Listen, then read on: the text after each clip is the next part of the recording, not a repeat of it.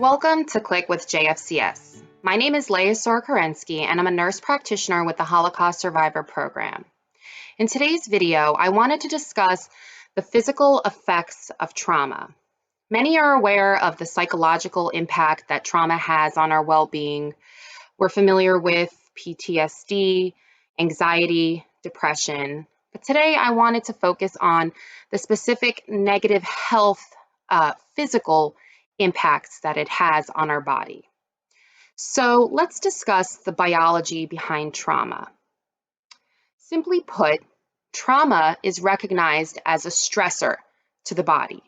And when the body recognizes a stressor, it activates the stress response system, which is basically a cascade of events that cause the body to secrete stress hormones such as adrenaline and cortisol. And this is known as the fight or flight response. The fight or flight response causes things like elevated heart rate, elevated blood pressure. It causes glucose to be secreted into the blood to be an energy source.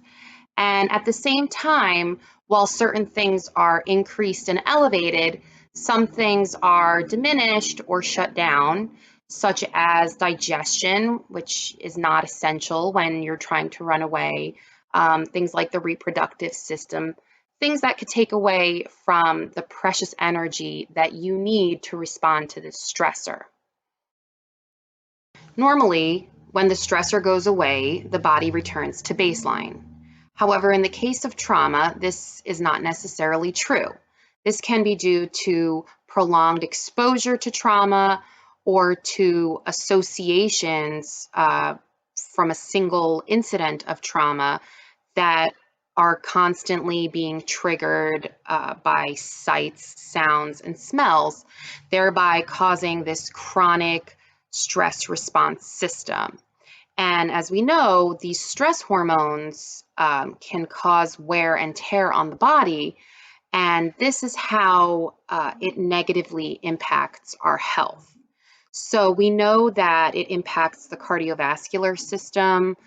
There's evidence that shows people that are exposed to trauma, either with PTSD or without, have increased blood pressure, increased cardiovascular events. It also affects the immune system, causing sort of chronic inflammation, which is damaging to all organ systems. It causes damage to the reproductive system. It can cause things like infertility, miscarriage. It can cause pain syndromes. It's pretty well known that digestive issues can be very common, such as IBS. Ulcers are very much related to stress. Now that we know about these negative health impacts, what can we do?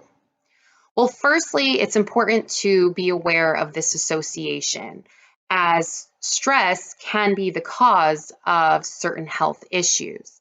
So it's important for yourself or healthcare professionals to recognize that addressing the stress might be the first line of defense.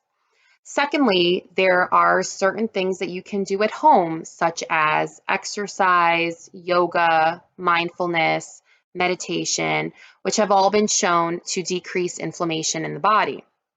Another interesting study showed that omega-3 fatty acids can also decrease inflammation in the body, and this has been recommended to people suffering from PTSD. So supplementation is something you might want to explore. And lastly, if these measures are not sufficient in controlling your symptoms, seeking professional help is important. Things like cognitive behavioral therapy, possibly in combination with drug therapy if needed, can all be very helpful. So thank you so much for listening. I hope you enjoyed this video.